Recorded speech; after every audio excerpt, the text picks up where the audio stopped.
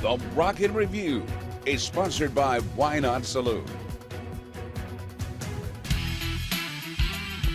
We're so honored to have back on the show multi-Grammy award-winning Dobro player, resophonic guitarist, and also producer, the one and only Jerry Douglas. Jerry, it's so great to have you in. Thanks. It's good to be back with you again. I was telling you this, Jerry, to where I feel like I always have you on the show because it seems like every other artist that comes on the Rock and Review goes, oh yeah, and Jerry Douglas is on my album. Oh, I'm such a hindrance. Yeah, Kathy Mattea told me one time that I said, when am I going to get to play on one of your songs, on one of your records? And she said, you play on everybody's records. You can't. I need something else. So the first thing I did was played on 55 Rocket, and it went to #1. And she didn't say anything more to me about it. Well, you know what? It's like, and once again, the list of awards that you have gotten, including Lifetime Achievement Awards, CMA, AMA, obviously Bluegrass Awards. I think you've got 30 of those. But let's talk about your new album, The Set. The Set. Yes. It just came out in September, and I got to tell you, listening to this, Jerry, it's so much fun. Probably my favorite song, While My Guitar Gently Weeps. Yeah. You just slay that song. And really it's like, how do you bring something new to a classic, and you and your band did it? Well, I don't know why I'd never played that song before. I don't know why I hadn't recorded it or played it. I just started playing it one day, and we were having a band rehearsal, and it just laid exactly on the guitar for Dobro. It laid perfectly. It was not hard to play, until you start to improvise on a song that everybody knows that well. But yeah, beautiful song. George Harrison, the Beatles really didn't want the song, so he just called his friend Eric Clapton, and they made it. The Beatles went, okay, we'll take it. You're right. It's okay now. Well, and I had to bring this up too with your collaboration and stuff with Clapton. I understand there might be more collaborations in the future, and possibly with you on some of his albums also. Well, I'm trying to talk Eric into doing a whole album of, like what we do on Transatlantic Sessions. Right, which is incredible with the BBC.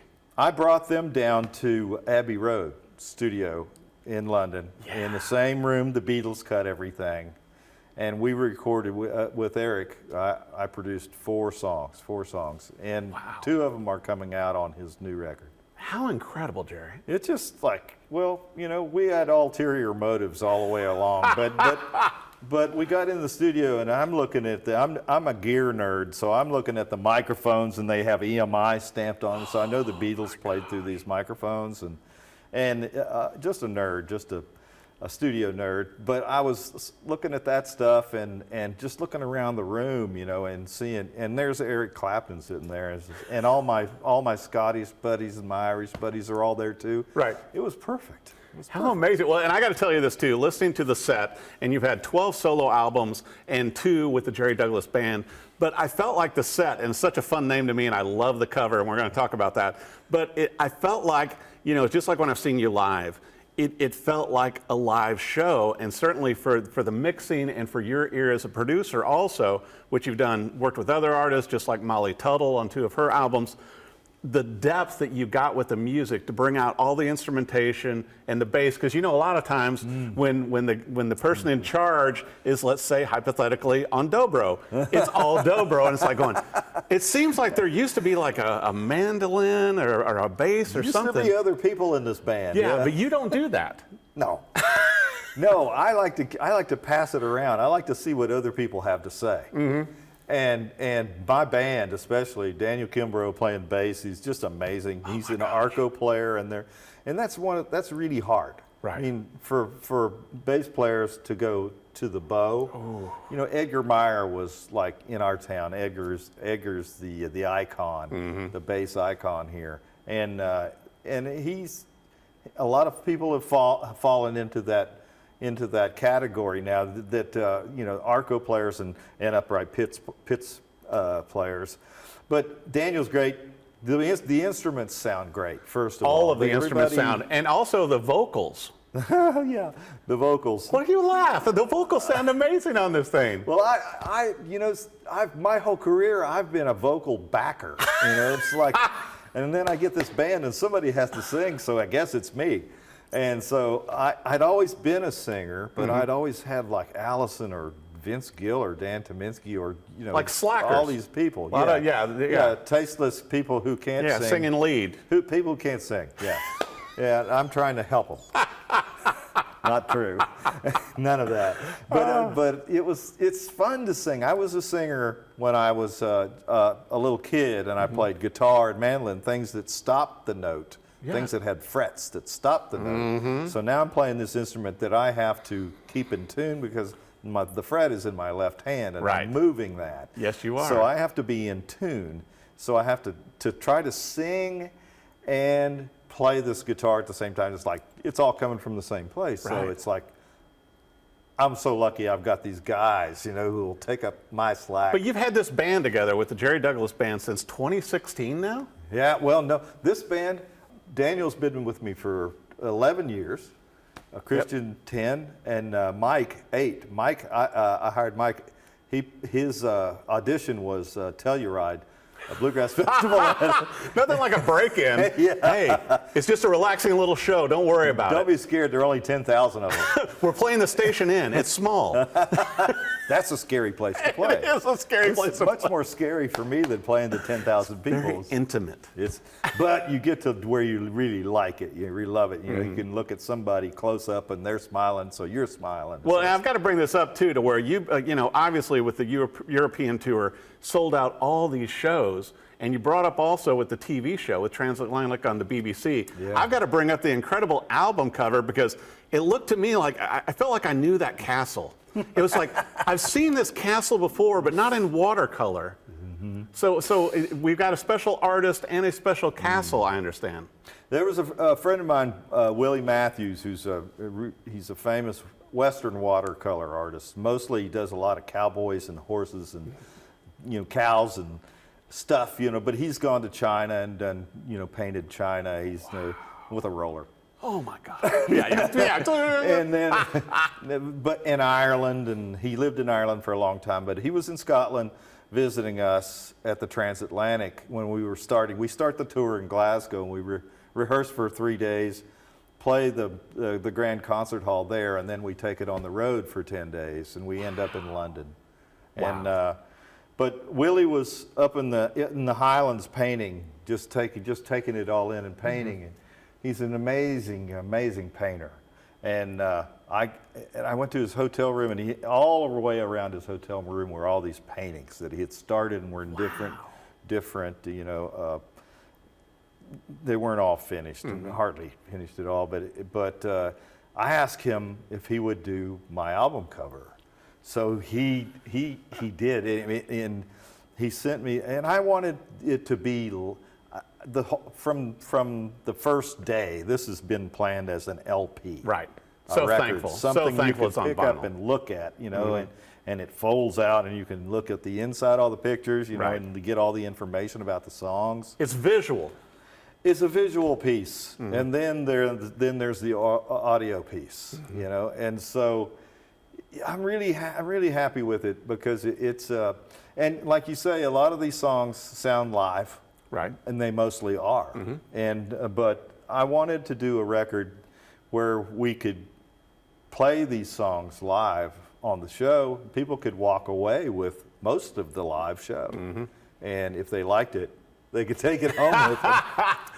But there's this thing, there's a small print on the very bottom of it that says if you don't like it, you can send it back to us.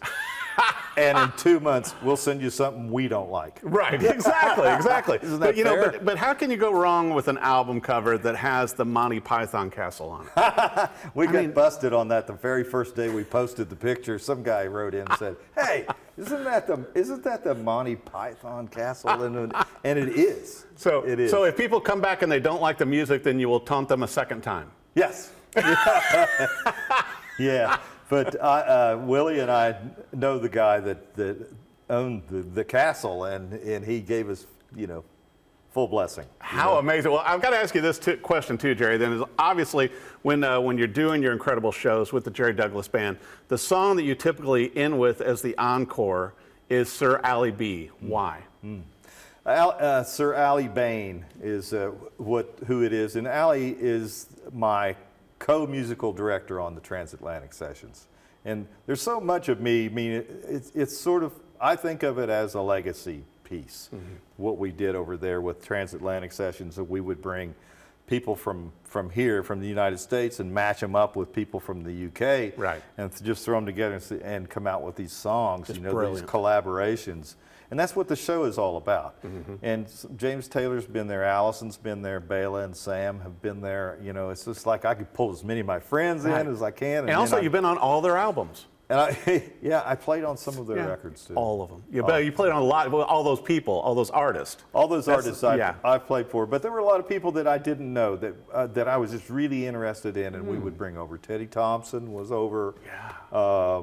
Just knockout Mary Chapin Carpenter and Eva O'Donovan, and we just pull from the cream of the crop over here for that kind of music, you know, for that lean in a Celtic kind of way. Yeah. What fun. Well, but what a great way also to leave the audience as they're leaving the show to have that song in their head.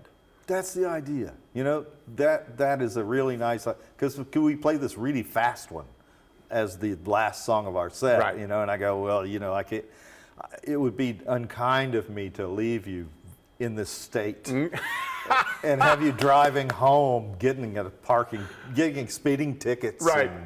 You know, so we're going to play a slow song for you so you can go home and, you know, have a nice drive. It's such home. an incredible song, though. I mean, all of the songs on this album, and once again, talking about your producing capability also, to where I feel like it's three-dimensional. Listening to it, you know, I can hear the nuances. I mean, it's each of the pieces kind of moves you in a different emotional way, Jerry. It's a way of it's like pacing a show. I think you should pace albums the same way. And I've been living in this town since 1979. Right. So we were making records then. Oh yeah. Right. That was so before you brought CDs. part of Ohio here then. I brought a whole bunch of people here, and so started working on records, and I'm a sort of a vinyl junkie, so I loved the lacquers when they cut the lacquers. I mean, I'm talking about old time record making here. Well, going in and watching the engineer cut the lacquer, which is going to have a metal piece called the mother made from it, and then that's what they stamp make records with. And you know, it's a fascinating process anyway, and it's analog and it's magnetic and all these kind of things. But and we were told that digital would cut down the fatigue on our ears and all these kind of things. It's not true. No. But listening to vinyl and analog, it just has a wider sound, more immersive. It may be part of that may be because we grew up listening to vinyl. Exactly. Our generation. Right. But you know, and the sound's not compressed. MP3s. Right, and the sound's not compressed. I think that you hear, you know, with vinyl to my ear, you hear more of the highs and lows. You do. Expanded, and I think a lot of it gets lost in digital and in CD. Well, it certainly does when you come down to streaming. Streaming's pretty good, but MP3s and things like that, you're hearing 1/7 of the recording. That has to sadden you as a producer and a musician also. Because, I mean, and once again, you know, you're not going to brag about yourself, so please let me. But it's like you have done so much for bluegrass music in general, really kind of opening it up to an audience that might not have sampled it before, Jerry, including, you know, While My Guitar Gently Weeps. I could go on and on with the Earls albums and everything you've done, but you want the music to be heard as it's in your head. Like you were telling me before we came in studio, you're still chasing that tone. That's why you got Paul Beard working on a baritone for you. Yeah. You know, you're still chasing that. I'm going lower first. I'll go lower. I'll go on down to the bottom and see what's down there, and then I'll go higher. You know? Right, but you want people to experience what's in your head musically. Right. You want to be able to use your hands and your instrument as a conduit for what's in your head. And there's an elusive sound in there that I've not heard it yet. And I want to make it first. I have a feeling that you will. What I also wanted to bring up, besides, constantly on the road touring with your shows and with your band, with the Jerry Douglas Band, and but also, you're going to be doing probably a big show in Chattanooga next year. The International Bluegrass Music Association, which I was just inducted into the Hall of Fame. Yes, you were. Last weekend, and then I flew straight to Billy Strings in Colorado. And you've been on some of Billy's albums too. Yeah, I played on Billy's records, and we're good friends. And he had to fly home because he had a baby. Right. His wife went into labor, and he had to leave his own festival and go. So the rest of us just ganged up, and we got him through it. Powered through. We powered through. But yeah, I like the idea that I've played with Bill Monroe, and I've played with Flatt and Scruggs, right? George the Jones. Pioneers of bluegrass music. And now I'm playing with Molly, producing Molly Tuttle. and Molly Tuttle, and playing with Billy Strings and the new guard. Right. For the music that I love. And being a part of Alison Kraus's band since 1998. Right. But the whole International Bluegrass Museum Music Association is moving. They do like 4 years in each city. And they're moving it from Raleigh, North Carolina. Next year it'll be in Chattanooga, Tennessee. Wow. That's a nice little drive. Yeah. Short drive. It's not short drive for us. Yeah. And long drive for everybody else. But it's going to be wonderful. And also, you might have a few Fishman amplifiers and pedals on the road with you from our buddy Chris. Yes, I'm a Fishman poster child. Yeah, I know you are. We created a pickup that works on my guitar, on just about any guitar, and then you can through this process you can get your original tone back. Right. Your And so I can sound. sound like you if I use this pickup, right? No. Okay, oh, dang it. if we could only bottle that. It gives you a good start. There we go. That's what I need. Hey, at least a good start. Well, I want to make sure, too, for our viewers, Jerry, for the vinyl, for the tours, for everything else, for the brand new album, The Set, where do they need to go for everything for your website and social media? Go to jerrydouglas.com, and that has the schedule there and everything that we're doing, everything that I'm doing. It doesn't have all the recording sessions, doesn't have everything, but it does have all of the dates that we'll be playing. So we'll look forward to seeing some. And I was thinking too, with the merch and with the album, and I know cool T-shirts and posters, maybe if you could have like a killer bunny that would also be near. Just travel with us? Right. Well, that goes along with the castle, the Monty Python castle, with giant teeth. I'm just saying, it's an angle, Jerry. Okay. All right. I'm going to take it. I'll take it to the Council of Churches and see what they say. I'll tell you what, you've got to get this album on vinyl. The Set, every song on here is amazing. You're going to love them all. I can't say enough about Jerry's music, and go see him live, though. Because if you haven't experienced that, then you really can't fully grasp the music and know why he is pushing the envelope constantly of bluegrass music. Jerry Douglas, thank you so much for coming on the show. My pleasure, pleasure. We'll be back sometime. I can't wait. Sooner.